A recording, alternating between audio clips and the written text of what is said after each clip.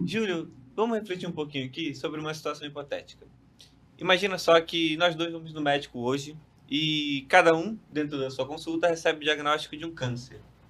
Como é que será que a gente lidaria naquele momento, inicialmente? Será que seria igual? Será que a gente teria reações diferentes? E depois de passar desse primeiro momento, a gente vai processar, vai entender as possibilidades, vai trilhar os caminhos para enfrentar aquela situação. Como é que será que ficaria o nosso emocional, o nosso sentido, nossa espiritualidade também dentro disso? Como é que será que a gente ressignificaria esse estresse, esse desafio que se colocou à nossa frente? Será que a gente teria razões parecidas? É interessante a gente pensar nisso, porque quando a gente pensa nas dificuldades da vida, a gente muitas vezes utiliza o nosso próprio exemplo para falar o que o outro deveria fazer ou como o outro deveria passar. Mas a verdade é que quando cada um enfrenta um desafio diferente, cada um reage de um jeito diferente. A gente já falou um pouco até sobre o coping, né? Como é que a gente enfrenta essa situação em episódios anteriores, e cada um tem uma estratégia diferente para enfrentar o arcabouço, seja interno inicialmente, como também externo, o acolhimento, o cuidado, o suporte que consegue receber da sociedade e dos nossos íntimos, seja familiares, seja amigos. E é sobre isso que a gente vai tratar hoje aqui no nosso episódio do nosso podcast Pode Ser Saúde, impulsionando transformações reais para um cotidiano saudável. A gente precisa entender um pouquinho sobre como é que a gente consegue lidar então com esses estressores, e por isso a gente tem hoje aqui nossas convidadas de honra, que eu vou deixar o Júlio se apresentar. Meu nome aqui é Vitor Zanella, estamos no nosso terceiro episódio do podcast Pode Ser Saúde. Júlio, por favor, dê segmento. Bom, é um prazer enorme estar com vocês, então sejam todos bem-vindas e bem-vindos. Vitor, o que você falou é profundamente interessante, então eu queria que pudesse responder a sua pergunta e a quem estiver vendo ou ouvindo, essas interrogações que são realmente muito relevantes, faz parte do nosso dia a dia. Quer dizer, quando a gente passa por alguma dificuldade ou um diagnóstico tão complexo quanto o câncer, como cada um vai ter que enfrentar de alguma forma, como alguém lida ou enfrenta. Então, eu queria trazer aqui, e agora já pedindo para que ela se apresente, que é a Bianca Benedetti, a Vanessa Almeida, que tem um projeto que é profundamente transformador, que eu fiquei muito encantado, que é a Casa Florescer, não é isso? O projeto Casa Florescer, que faz não só acolhimento, mas apoio a mulheres em tratamento com câncer. Então, realmente é um projeto belíssimo, e elas vão contar a história delas, vão contar como tudo isso aconteceu, e vai ser realmente muito transformador para todos nós. Então, queria começar então com vocês. Então, vocês estão com a palavra, vocês são as protagonistas de hoje. Vamos lá. Coisa boa! Que legal!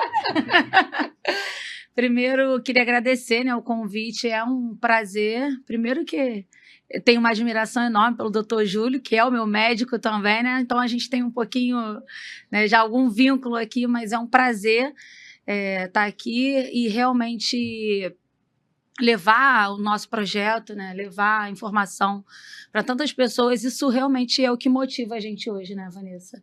Eu acho que a informação cada vez mais chegando a cada vez mais pessoas faz com que a gente mude todo um cenário, mesmo diante de um processo tão difícil, que é o que a gente vai falar, né? Sobre o diagnóstico de uma doença que é o câncer, por exemplo.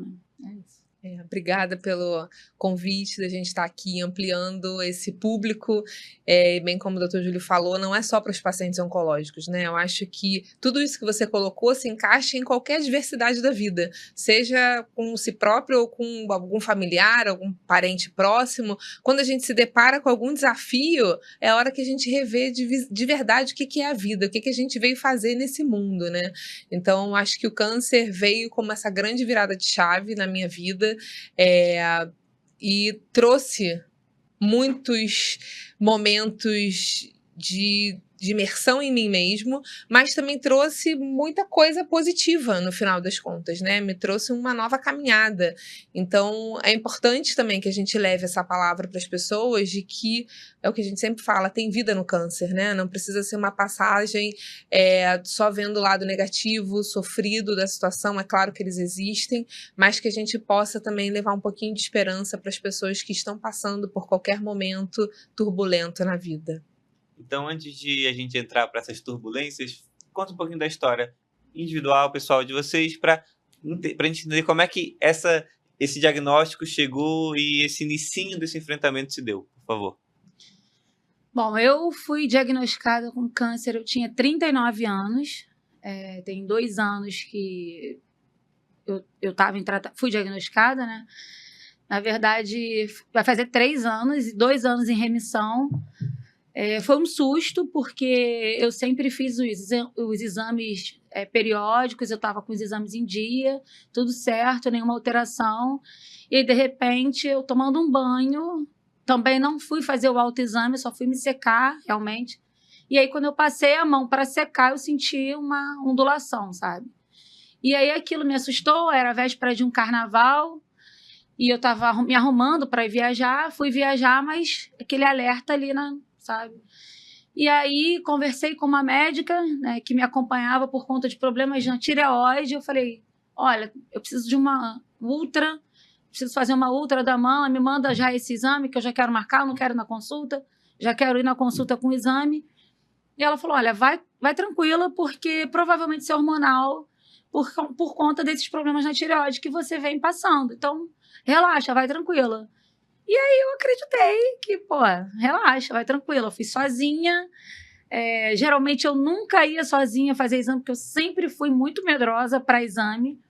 E aí fui fazer a ultra sozinha, e quando a médica passando ali, ela olhou para mim e falou, olha, vou antecipar o seu laudo. No princípio eu falei, nossa, eficiente, né? Já tá querendo antecipar o laudo e tal, para não ter que voltar aqui para buscar o resultado. E aí, daqui a pouco, ela fala, quando ela me entrega o resultado, ela fala, olha, eu, se fosse você, procurava um mastologista urgente. Você tem um nódulo e ele é muito suspeito. E aí, como é que você sai dali sozinha, dirigindo, né? E com essa informação, enfim, na hora você pensa que você vai morrer, que você ali, junto com aquele laudo, tem uma sentença de morte, que seus dias estão contados, que você ainda tinha muita coisa para viver e que você não viveu. Na verdade, você pensa, né? Isso acho que o que mais bate, assim. Você pensa em tudo que você queria fazer e que você não fez por nada, porque às vezes você podia ter feito, mas por preguiça ou por qualquer outro motivo você acabou não fazendo. E aí veio um medo horroroso, né? Por isso que a gente fala que é óbvio que ninguém está aqui para romantizar nada, porque receber o diagnóstico de câncer é horrível. E eu não desejo isso para ninguém, né? Nem você, mesmo sabendo de tudo que você como você enfrentou, foi de boa? Não, não foi nada de boa. E eu passava essa vez aí fácil, porque foi bem, bem difícil mesmo receber esse diagnóstico nesse momento, com 39 anos, né?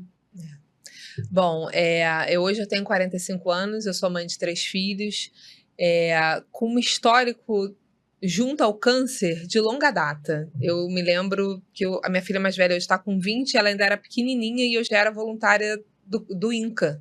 Então eu ficava com as crianças para eles fazerem radioterapia. E eu sempre gostei muito da causa, assim, né? Eu sempre me envolvi muito de estar ali enquanto voluntária para aqueles cuidados.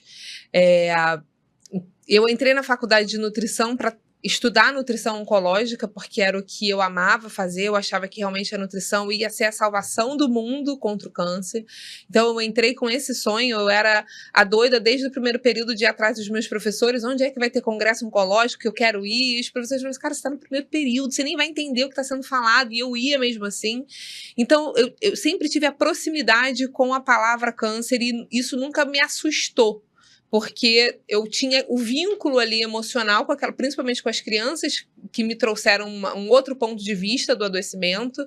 E aí, quando em 2022 eu senti um nódulo e fui fazer minha mamografia, que não deu nada, e eu deixei para lá. E aí, um dia, eu numa loja, trocando de roupa, minha filha mais velha falou assim, mãe, tá com um caroço no peito? Eu falei, já fui fazer mamografia e não deu nada. Ela, mas não vai fazer mais nada? Eu falei, eu acho que eu vou na minha ginecologista. E fui, ela me indicou fazer a ultra.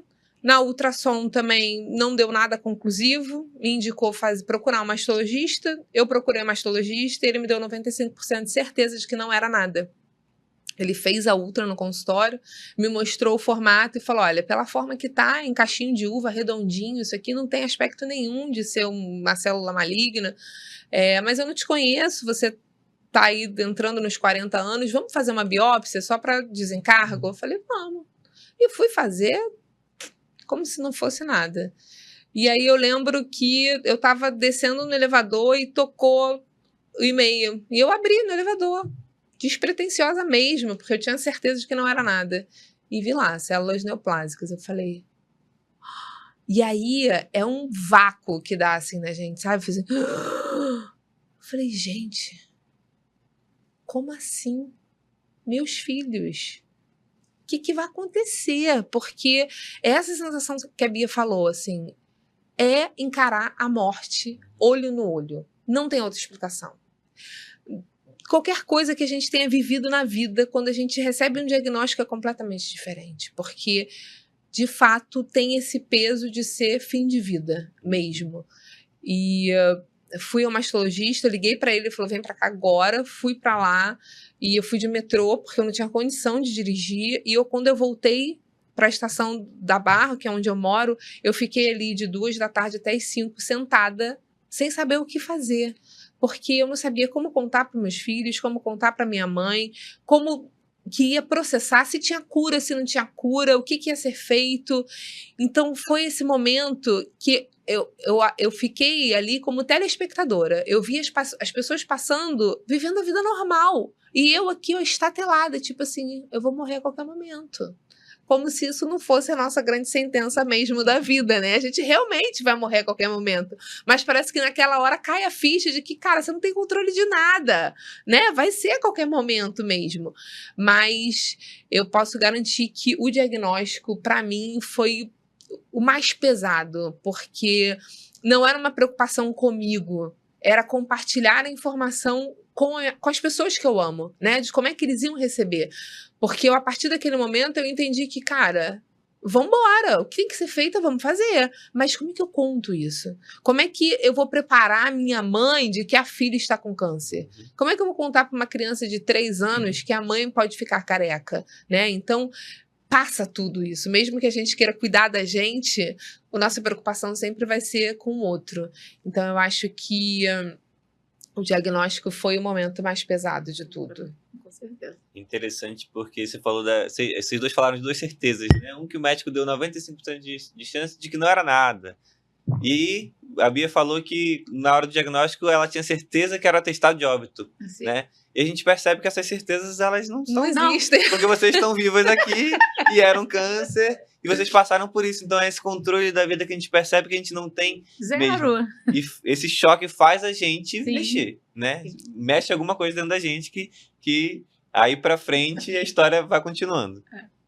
Interessante. Eu queria perguntar a vocês o seguinte, é bem curioso realmente o que vocês estão falando e muito, realmente, ajuda muito a refletir em vários aspectos da vida, né? Você falou algo que depois a gente vai entender o que é aceitação, o que é se conformar, que é diferente, né? Você aceita, você não é a mesma coisa, né? Você aceita aquilo ali, entende como sendo real, mas busca seus valores. E aí eu queria entender o seguinte de vocês, o que deu força, ou seja, o que fez motivar, poxa, eu estou num momento difícil, estou com um câncer, é um nome que imagino que assuste muito, né? Todo mundo, é um relato comum, né? Que é um nome muito denso, muito pesado. Isso depois vocês vão falar como é a percepção nas outras pessoas, nas outras mulheres, mas queria entender um pouco de vocês.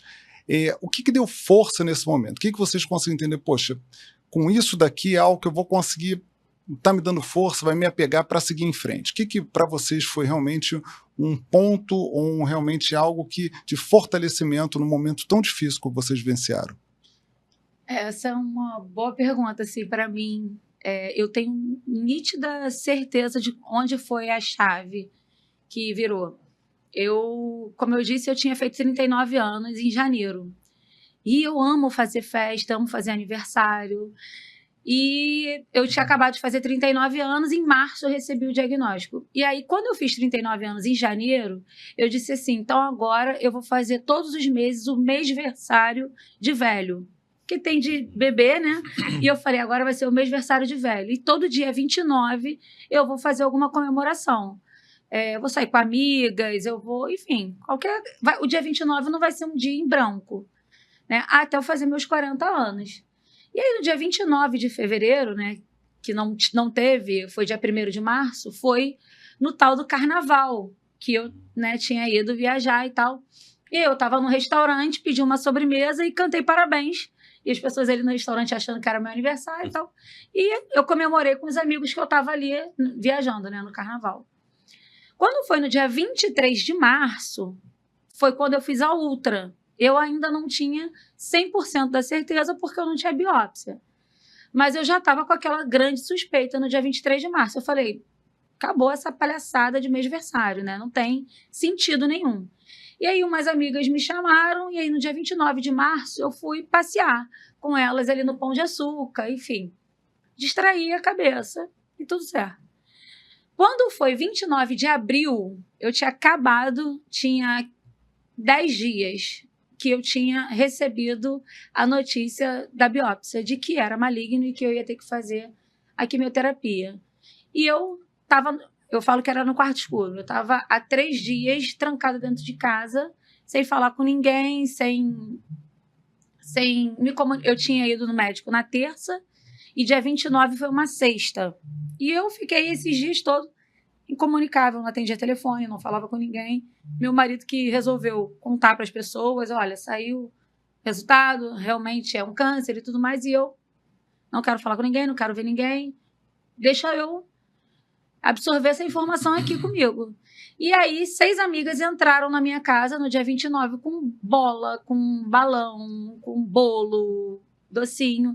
E, não, você não tá sozinha, a gente vai fazer uma festa, não sei o que, e fizeram ali na minha casa. Para mim, foi uma ótima surpresa. Eu adorei aquele carinho todo e tudo mais. Mas, cara, eu tô aqui para agradar elas, sabe? E eu tava ali. Quando foi à noite, uma das amigas falou assim, olha, eu tô de Vale Night e você não vai desperdiçar a minha noite. Eu deixei as crianças com meu marido e você vai sair comigo, porque eu falei que era para sair contigo. E para não ser a chata, sabe, assim, eu falei, cara, eu não tenho o menor interesse em sair, e ela falando, vamos num pagode. Eu falei, cara, essas mulheres estão loucas. Tá entendendo? Eu falei, elas não estão entendendo o que está acontecendo, cara, aqui dentro. Que pagode? Eu não tô nem... Eu não quero olhar pra cara de ninguém, nem pra cara delas, né? E aí elas perturbaram. Eu falei, tá bom. Me arrumei e fui pro tal do pagode. Quando eu cheguei lá, tava um lugar cheio assim, elas falaram assim, cara, não tá maneiro aqui, vamos ali pro lado. E aí eu fui pro lado, era uma pizzaria, e quando eu cheguei nesse lugar, tava toda a minha família. Toda a minha família, os meus amigos, os maridos dessas mulheres, todo mundo ali, e eles estavam fazendo uma festa, né? Era uma festa como se fosse uma festa de aniversário, e por mais maluco que isso pareça, falar assim, cara, ela recebeu um diagnóstico que a família fez uma festa, porque eles sabiam exatamente o que ia, sabe? Eu acho que Deus é muito perfeito nisso. E falou, cara, é isso que vai tirar ela dali. E eles fizeram uma festa se eu contar isso 1000 vezes eu vou me emocionar. Porque quando eu não tinha nada, eu falo isso para eles, quando eu não tinha nada para oferecer, foi quando eles mais falaram assim, cara, agora é a nossa vez, sabe? E eles fizeram aquela festa e quando eu olhei aquilo, eu respirei e falei, cara, eu não posso desistir, porque desistir é decepcionar essa galera toda, entendeu? Não é só eu. Desistir tudo bem se fosse só por mim quando eu estava naquele quarto preto. Eu entendia que era só eu, era a minha dor, era o meu problema. E quando eu vou ali para aquele lugar que tem 50 pessoas, eu falo, não é mais só o meu problema ou a minha dor. Eles estão aqui comigo. Então eu não posso mais desistir, eu não posso mais ir aquilo dali. Me deu um gás, eu falei, cara, eu vou vencer essa parada, porque eu não tô mais sozinha, sabe? E foi assim que eu criei coragem e falei, cara, parece que eu tomei, sei lá, 100 Red Bull numa noite e falei, vambora, sabe? E parecia mesmo que eu ia voar e falei, cara, eu tenho certeza que eu vou ficar curada. Naquele dia 29 de abril, eu tive certeza de que eu estaria curada. Foi isso. O pagode foi bom, né? Não E é essas pagode. 50 pessoas que estavam lá esperando ela iam em todas as quimioterapias. Também é muito interessante porque o enfrentamento, né? Cada um de nós, você teve um enfrentamento inicialmente que é muito comum, desadaptativo, né? Não adaptativo, ou seja, você se isolou. Sim. Acredito que você não negou, pelo que eu entendi, Não. mas se isolou, Sim. não queria saber de ninguém. E quão importante isso serve para quem estiver vendo ou nos escutando, o suporte, o apoio de outra pessoa. Vocês vão falar isso em relação ao projeto, mas quanto isso é importante, porque esse apoio fez com que o teu enfrentamento, que eles chamam de coping, mas para ficar fácil, o teu lidar, teu enfrentamento que estava negativo, você fez uma virada de chave. Você ressignificou, quer dizer, o enfrentamento que ele é cognitivo, ou seja, como você está interpretando, você interpretou o câncer de uma forma e naquele momento você já deu uma outra interpretação. Ó, não, agora vai ser... E não só isso, comportamental, que é cognitivo comportamental. Você reinterpretou, pelo que eu estou entendendo, e você mudou o comportamento, quer dizer, não, agora eu vou em frente, agora eu não vou ficar mais isolado, agora eu vou enfrentar, eu vou... Então, assim, como é importante para uma outra pessoa, mesmo muitas vezes ela não querendo, mas como é importante para outra pessoa em sofrimento que a gente às vezes esteja lá, tanto para a escuta, que é para estar próximo, só escuta, com a presença compassiva, só ficando quieto, ou muitas vezes impulsionando, como eles fizeram com você, realmente muito interessante. E você, Vanessa, como é que foi? Eu e Bianca, a gente só se cruzou na vida porque o câncer falou assim, não, vocês precisam. Deus falou assim, eu vou botar o câncer para vocês se unirem, porque as histórias são completamente opostas. Enquanto ela estava na festa com 50 familiares, eu não queria contar para ninguém. Então, eu demorei muito para contar para minha mãe, para minha irmã, que a minha irmã estava grávida já com quase 8 meses de gravidez, e minha irmã não mora perto de mim, então eu não queria colocar ela nessa situação ali, né, de desespero, no momento mais frágil da vida dela. E eu não compartilhei isso com ninguém, nem com meus pacientes, nem com meus amigos. Então, foi uma coisa realmente assim, borboleta no casulo. Eu vou ficar aqui quietinha, sofrendo todo o processo de metamorfose até a hora que eu puder vir e contar a minha história. Mas é um momento meu. Então, o que eu tenho assim na memória muito forte de ter sido essa virada de chave para mim, a gente teve o diagnóstico mais ou menos no mesmo período, assim, meu finalzinho de março, início de maio, e caiu próximo a Dia das Mães. E aí eu me lembro de eu estar na sala com as crianças ali, todo mundo festejando, e eu fiquei quietinha. E meu marido percebeu e me chamou, falou, o que está acontecendo? E aí eu falei para ele assim, cara, eu tô preocupada de ano que vem não estar aqui, de perder esse momento com meus filhos. E aí ele falou para mim assim, enquanto você está preocupada do ano que vem de você não estar aqui, você não está aqui agora. E isso, para mim, foi um tabefe na minha cara, do tipo, eu tô preocupada de não estar presente no futuro e eu não tô presente no presente. E a partir daquele momento eu falei assim, esquece, eu não vou ficar sofrendo, me colocando nesse papel de vítima, de que estou no papel da doente. Não, eu vou tomar as rédeas dessa minha vida e vou me conectar com o que hoje me nutre. E isso foi uma grande virada também com a minha espiritualidade. De tomar as rédeas dessa fé que sempre existiu, mas sempre foi uma fé, Deus lá e eu aqui, Ele comanda e eu aceito, de ser uma fé de que eu posso mover, de que eu posso fazer a minha verdade ser aquela, porque eu confio. Então eu vou começar a cocriar tudo isso que eu quero. E aí eu comecei no caderninho a escrever tudo. Eu vou chegar na médica, ela vai falar que é isso, isso, isso, parará, e 2 semanas depois eu ia lá, ela falava exatamente o que estava no caderno. A cirurgia não era liberada, eu começava a cirurgia, vai ser liberada dia tal, e todo dia eu escrevi, e aquilo era um movimento de acreditar mesmo. Então, eu acordava acreditando que aquilo já era realidade. Então, esse movimento de me conectar com a minha fé, com a minha espiritualidade, de me botar mais no momento presente, de fato, sem estar com essa ansiedade do que vai ser daqui a 2 meses. Cara, eu não sei nem hoje se eu vou estar bem, né? Então, eu acho que essa foi a frase dele pra mim, foi um solavanco de tipo, para de voar a terra aqui, você tá aqui agora. E foi essa virada mesmo pra eu me conectar mais com o que é hoje, agora, nesse momento. Então, isso tudo fez essa engrenagem começar realmente a funcionar a meu favor, sabe? Da minha cura mesmo de alma, que eu digo que a cura do câncer é cura de alma mesmo, assim, sabe? É um processo de resgatar que mexe em tudo, né? em Chama tudo. de heal isso, né? Que na realidade é quando a gente se desconstrói no sofrimento.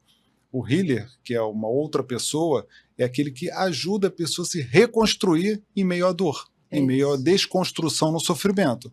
Então, você realmente conseguiu assim, porque pode não ter, não foi o caso de vocês, mas em várias situações não ter a cura exatamente, mas você curar a tua alma, como você falou, né, que você desconstruir, você se reconstruir em meio a tanta dor, ao sofrimento, ao momento que você está vivenciando, isso é fundamental para seguir em frente. Possível, né? E é sempre Tem- possível, independente do diagnóstico, ter uma cura exatamente Sim. física, né, É. para isso, né?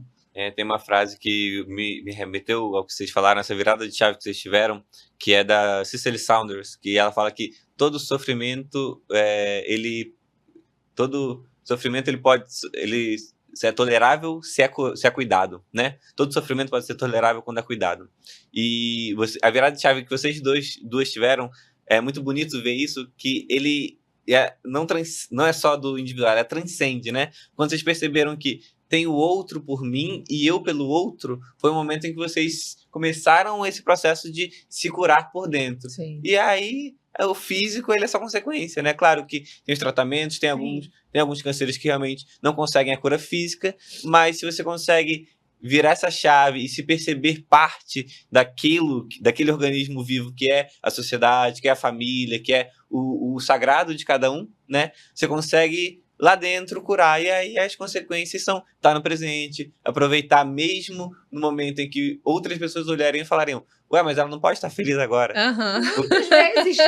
Muitas vezes. E como é que foram essas vezes a partir do momento em que vocês então viraram a chave e do tratamento, assim? Conta um pouquinho, porque aí essa parte eu acho que não tem tanto glamour. Não, Então, Tratamento. o tratamento, como é que foi enfrentar em si a questão das quimioterapias, os procedimentos que vocês passaram, até essa união aí que a vida fez com vocês duas. Se vocês puderem... Eu acho que tem um glamourzinho no tratamento.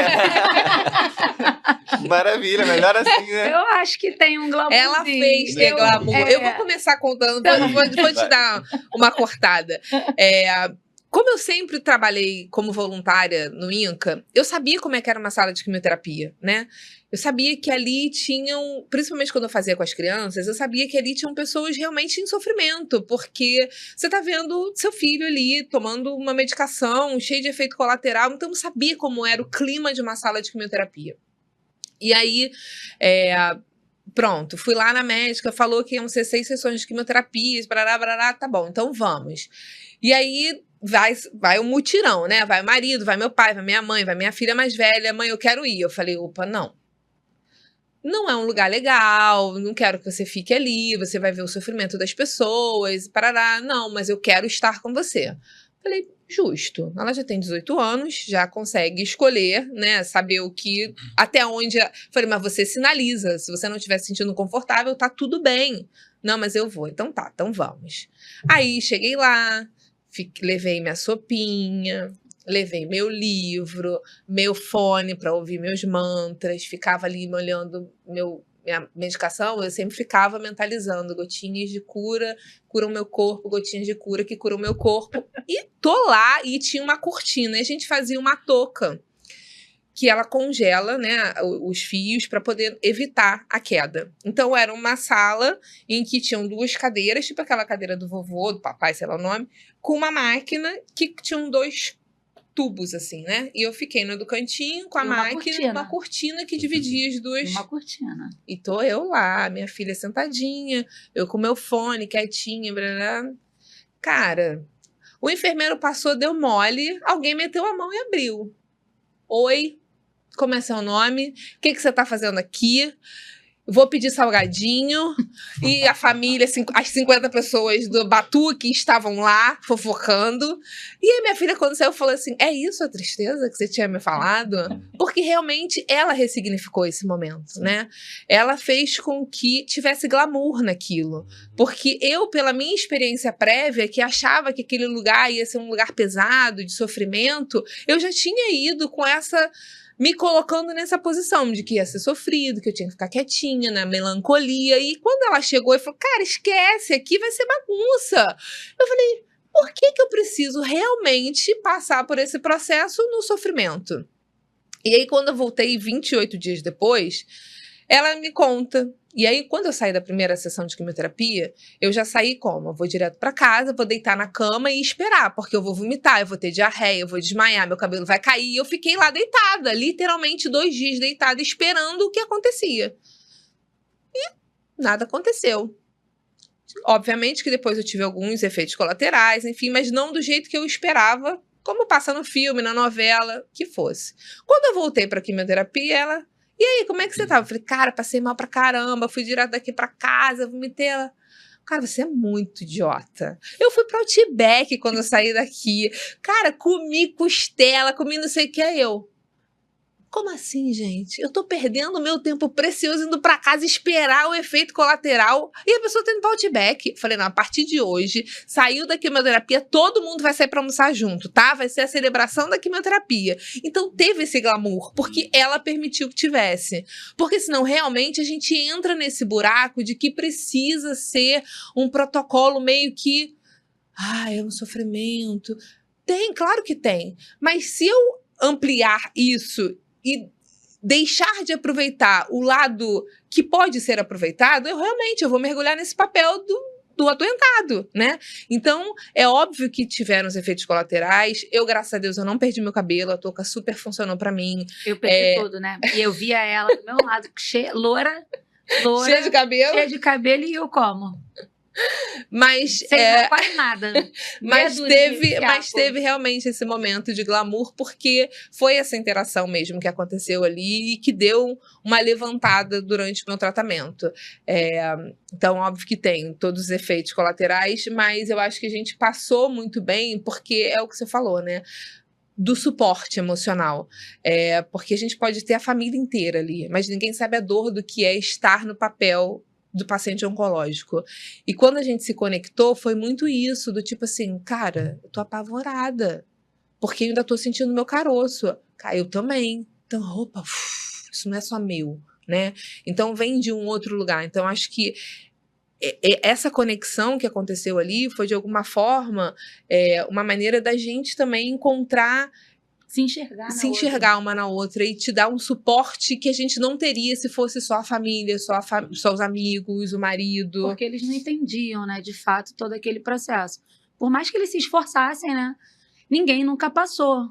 As pessoas que estavam ali comigo e com ela, né, ninguém nunca tinha passado por esse diagnóstico. Então, era muito difícil para eles entenderem que, por mais que a gente estivesse ali fazendo uma quimioterapia, ainda tinha muito medo, muitas dores. E aí... Às vezes eles até entendiam, mas eles não queriam que a gente sentisse. Mas não é o que a gente controla, né? A gente consegue controlar o 2%, talvez, né? O restante a gente não consegue. O medo aparece, os efeitos colaterais vão aparecer. É inevitável que a gente sinta. A Vanessa falou, eu fiz 16 quimioterapias, né? Então, assim, ela fazia... de 28 em 28 dias, 21, sei lá, 28? 21 e 21. De 21 em 21 dias, e eu fazia toda semana. Então, assim, a única parceira que a Vanessa teve na touca fui eu, porque toda quarta-feira que ela estava, eu também estava. Mas eu conheci outras mulheres que estavam nas quartas-feiras ali que ela não estava. E eu não tive essa conexão com essas outras mulheres, porque eram mulheres que não conseguiram entender isso que estava dentro de mim. Então, elas estavam mais retraídas, realmente. Elas ficavam mais introspectivas. E eu não fiz isso planejado, né? Nunca faria planejado. Foi muito espontâneo o que eu fiz com ela. E eu descobri que ela era nutricionista. Na verdade, eu falei, cara, eu preciso do Instagram dela para eu poder me conectar com alguém que tá sentindo a mesma coisa que eu. E aí, quando eu vi, eu falei, você é nutricionista? Tu já viu como é que eu tô gorda? Não, vamos resolver esse negócio aí. Eu já comecei a querer entrar na vida dela.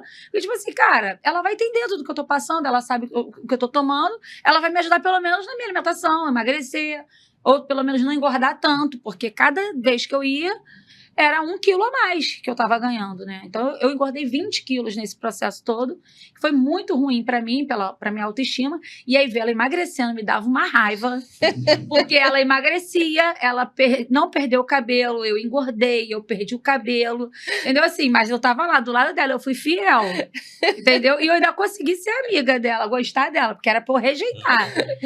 Mas o que a gente fala brincando, né, assim, isso tudo, é que foi realmente isso. Ela era o meu oposto ali naquele momento. E a gente brinca falando, cara, obrigado por ter aberto aquela cortina, né? Porque quando eu abri a cortina, cara, ela falando agora aqui, eu falo, cara, que loucura. Essa garota é louca. Porque eu olhava ali e mentalizava as gotinhas. Eu não sabia nem o que eles estavam botando ali. Eu nem olhava. Já acabou o medicamento, acabou... caguei, desculpa o termo, sabe? Tô nem aí. O que estão botando? Eu já entrei aqui, já tô, sabe? Mesmo, entendeu? Então, vambora. Quero saber o que entrou, o que não entrou. Aí ela botava um fone, eu falei, ela é muito abusada. Ela tá dividindo a mesma sala que eu, com um fone de ouvido. Não vai falar comigo, não vai me... Ah, vai. Ah, mas vai. E aí, quando eu abri, eu falei, tudo bem? Boa tarde, sou Bianca, e você quem? Porque assim, né? E aí, o que ela falou, e que é muito legal a gente ver médicos olhando para esse olhado com um paciente, que foi o que eu vivi, né?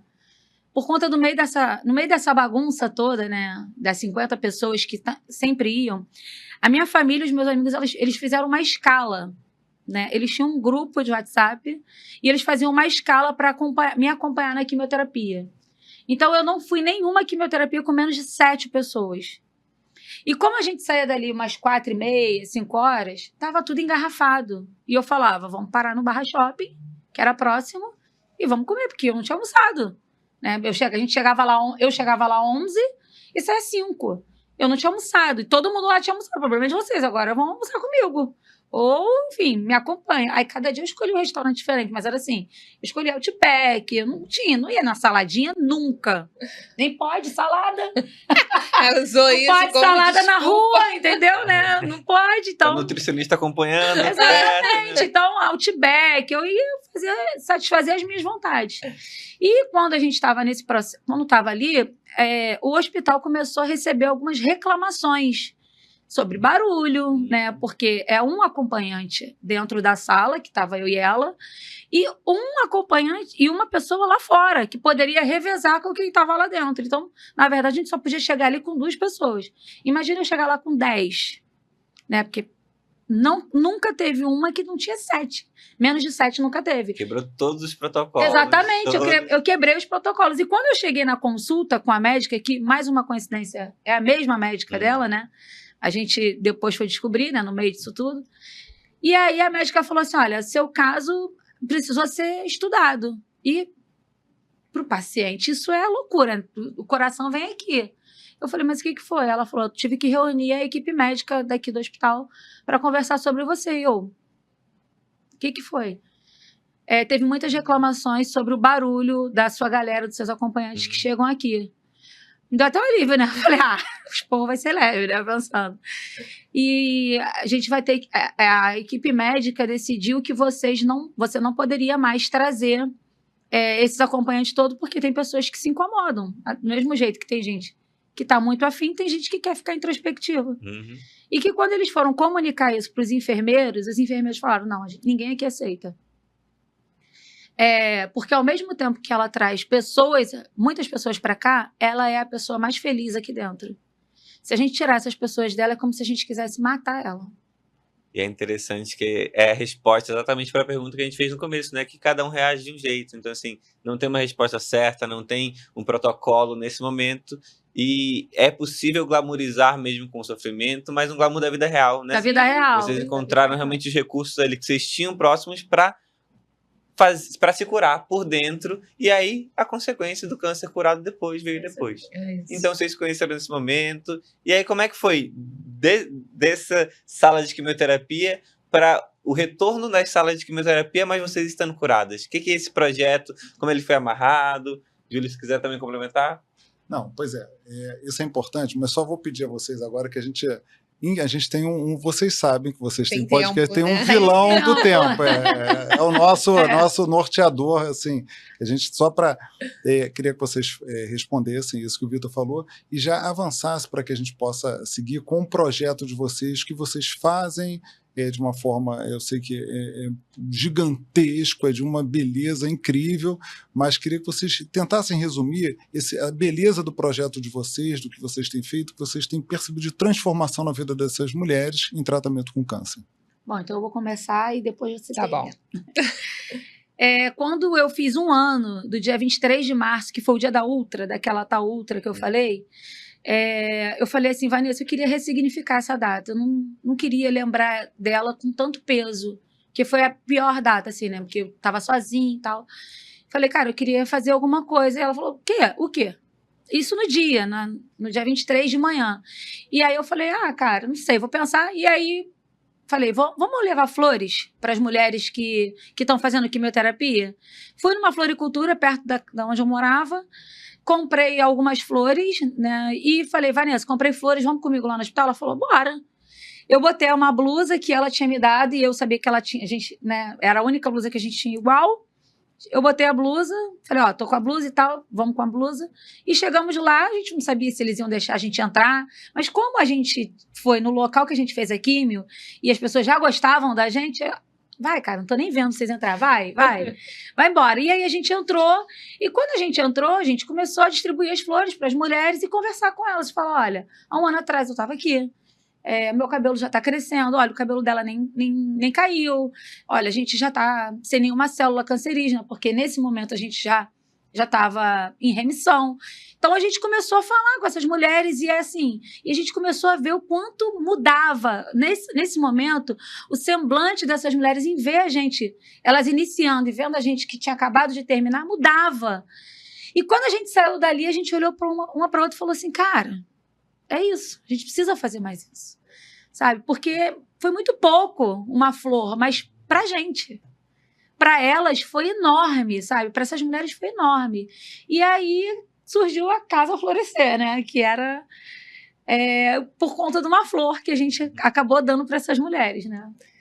E aí surgiu, na verdade, ali foi a sementinha do que a gente queria fazer, né? E depois a gente começou a conversar do que a gente quer ainda de magnitude do projeto, que na verdade o que a gente almeja mesmo é ter uma casa para acolher essas mulheres, para poder oferecer nutrição, poder oferecer um pilates, para recolocar essas mulheres no mercado de trabalho. Isso ainda é um sonho, a gente ainda não tem esse projeto porque demanda muito financeiramente, mas a gente vai ter, a gente acredita muito que isso vai acontecer. E hoje, o que a gente faz, né? Porque a gente não tem um financeiro para ter a casa, mas a gente não quer ficar parada. E aí a gente começou a fazer eventos em que a gente pudesse acolher essas mulheres em tratamento para botar elas de volta no papel de mulher, né? Eu sou paciente, mas calma lá, não sou só paciente, eu sou mulher. Então, vamos recuperar essa autoestima, vamos botar uma maquiagem, vamos botar um lenço, uma amarração para elas verem como é que elas podem ficar bonitas, mesmo carecas, mesmo sem sobrancelha, vamos levar música para alegar essas mulheres. E aí a gente começou a ir para dentro de hospital, né? Hoje a gente visita muito o Hospital Moacir do Carmo, Duque de Caxias, e a gente entra na sala de quimioterapia e faz essa bagunça toda lá dentro. E não dá para descrever o que a gente sente, né? Porque parece ser pouco o que a gente faz, mas quando a gente chega lá e tá uma mulher pela primeira vez entrando naquela sala desesperada porque não pode ter um acompanhante, completamente perdida porque não sabe o que vai ser, qual vai ser a reação que ela vai ter naquele tratamento, se ela vai ter cura, se não vai ter cura, e poder dar a mão para ela e falar, cara, a gente já esteve aí, vai ficar tudo bem, calma, esse processo é necessário, mas tem depois desse processo, né? Tem muita vida para você viver aí. E esse movimento de estar presente, eu acho que é o maior presente que a gente recebe com a Casa Florescer hoje, de poder dar um pouquinho nosso para essas mulheres, que a gente seja essa rede de apoio, que a gente sempre diz que a gente teve muito apoio da nossa família, dos nossos amigos. Então, poder retribuir isso para o universo de, cara, a gente viu, tá, o que vocês fizeram, a gente dá valor a tudo isso que foi nos dado nesse momento e a gente quer retribuir isso para outras pessoas.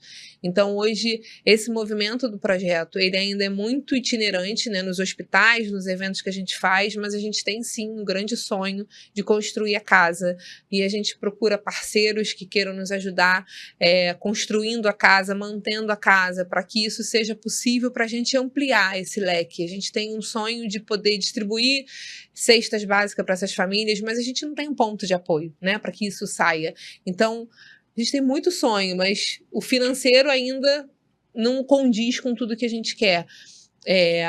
Mas com a certeza de que o que nutre o projeto sempre vai ser essa mão dada para essas mulheres.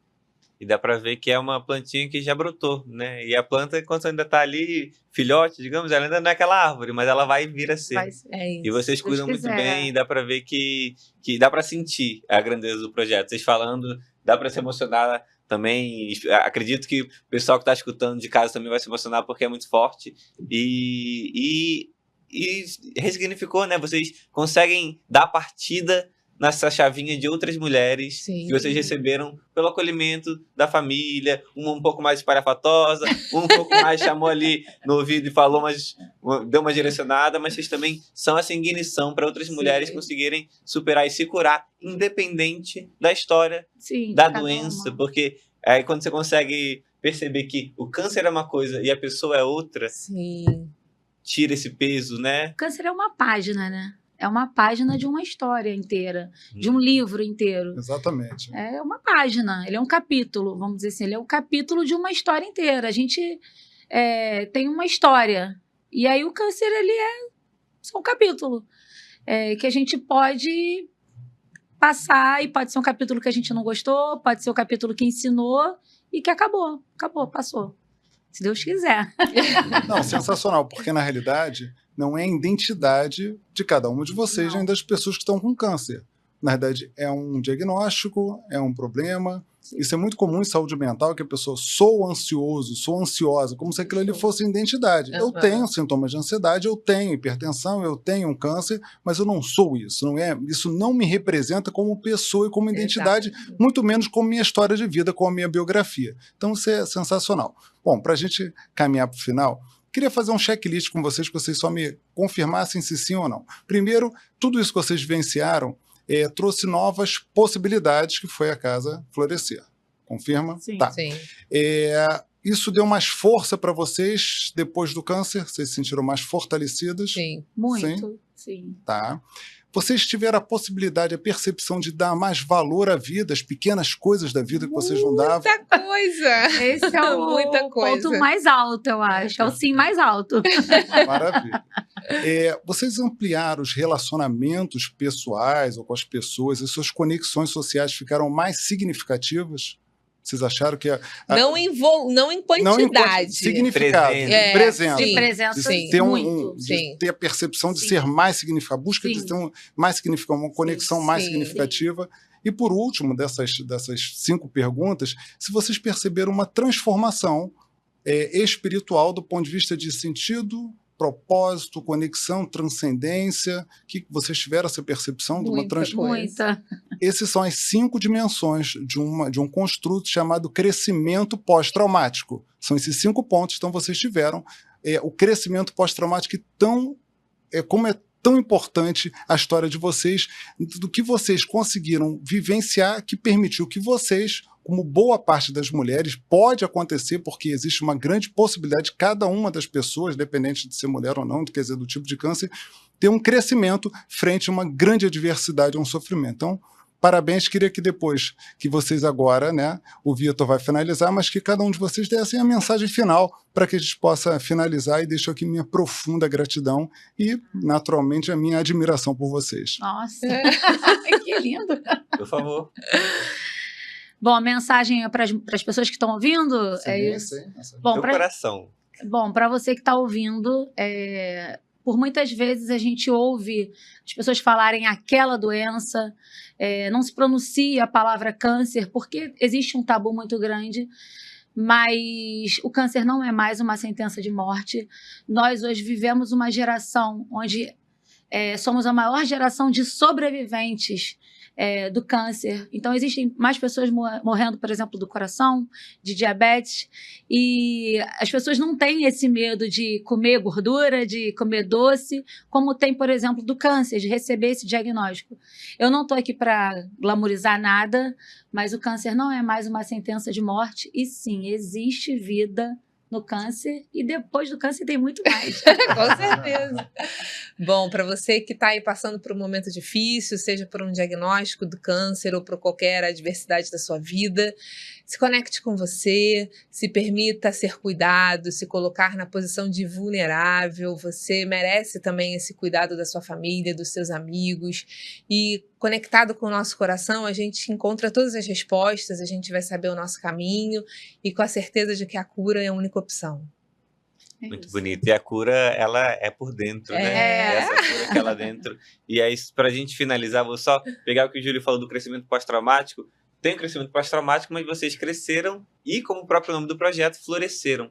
depois, né? Que é quando a gente consegue se expandir ainda mais. Então, assim, deixa aqui o convite para seguirem Projeto Casa Florescer no Instagram. Vanessa, Bianca, muito obrigado pela Gratidão a presença. você. Júlio, muito obrigado pela parceria. E nos vemos no próximo episódio. Até mais. Siga nossas redes sociais, vai acompanhando a gente por aí. Tchau, tchau. Tchau, tchau.